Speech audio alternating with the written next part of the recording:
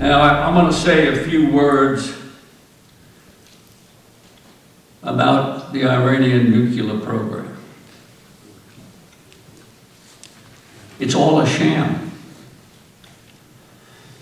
The core elements of Iran's nuclear program remain totally intact. In fact, their batch of enriched uranium has increased by another 20 to 40% while these negotiations have been going on. And why do I say it's all a sham? Well, I want to take you back to 4 June 2008, when candidate Obama received the Democratic nomination to be President of the United States. At that time, he opened, according to Michael Levine, a secret channel of negotiations with the Ayatollahs. The secret channel was Ambassador George W. Miller. Miller was our former ambassador to Ukraine, but more importantly, before that, he was in our embassy in Tehran, spoke fluent Farsi. And the message was to the Ayatollahs: don't sign any agreement with the Bush administration or the other European members. You will get a much better deal from me. You will like my policies. I am a friend of Iran. This borders on treason. And let me tell you, you all remember 9/11 only too well. 9/11 couldn't have been carried out without the material and training support provided by Iran to the 9/11 hijackers.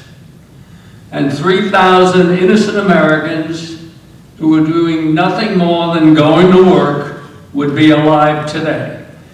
And this is the country, the Ayatollahs, that the Democratic candidate considers a friend.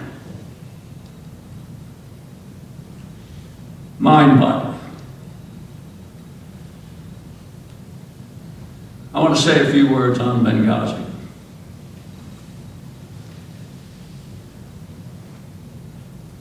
Here we have,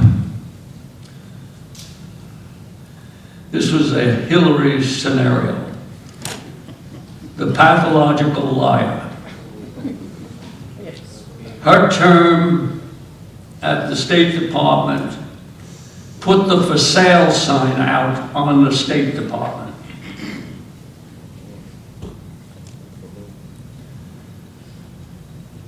Her emails, every one of our enemies, you know, have hacked into those emails. They've got the full book on her. She's totally compromised. She's damaged goods.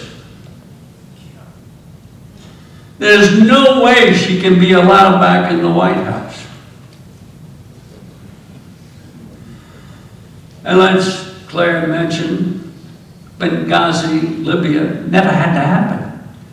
10,000 people didn't have to lose their lives. We had truce negotiations going on with Gaddafi.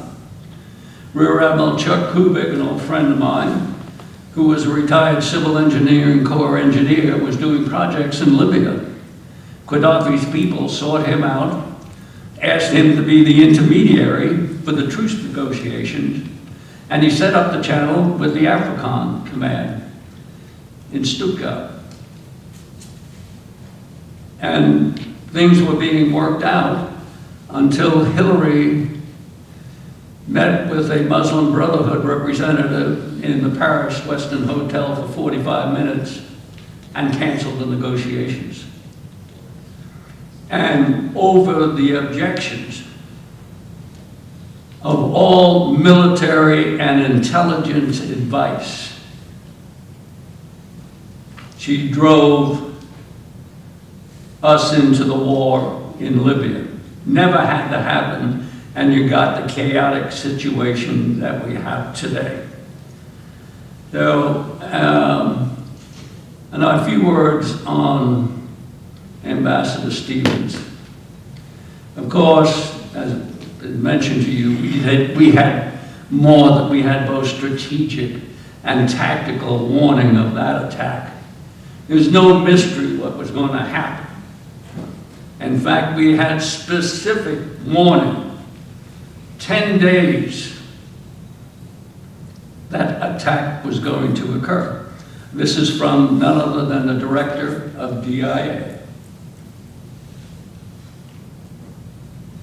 along with the defense security folks from the annex, CIA annex. Now, I have to ask you, if you're the Secretary of Defense and you are the SINC in command of that region and the supporting SINC, which was SINC Euro, who had all the resources, would you not reposition forces to counter such an attack?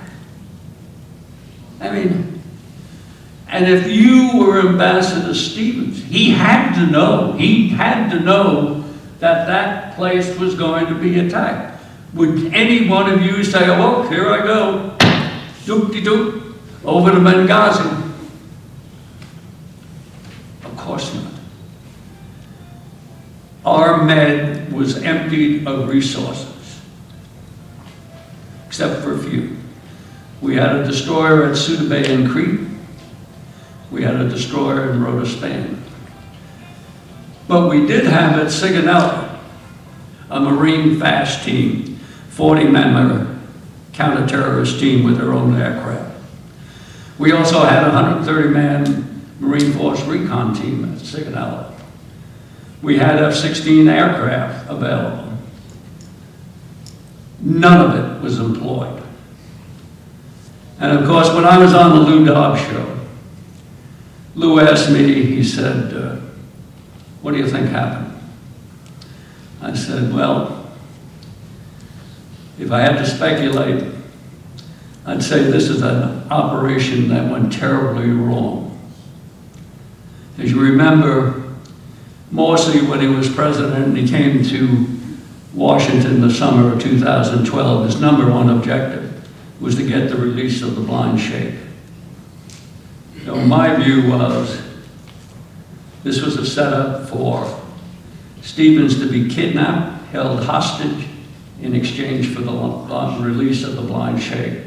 Nothing else makes sense to me when you put it all together. And of course, some of the emails and all of that now are starting to lend more substance to that.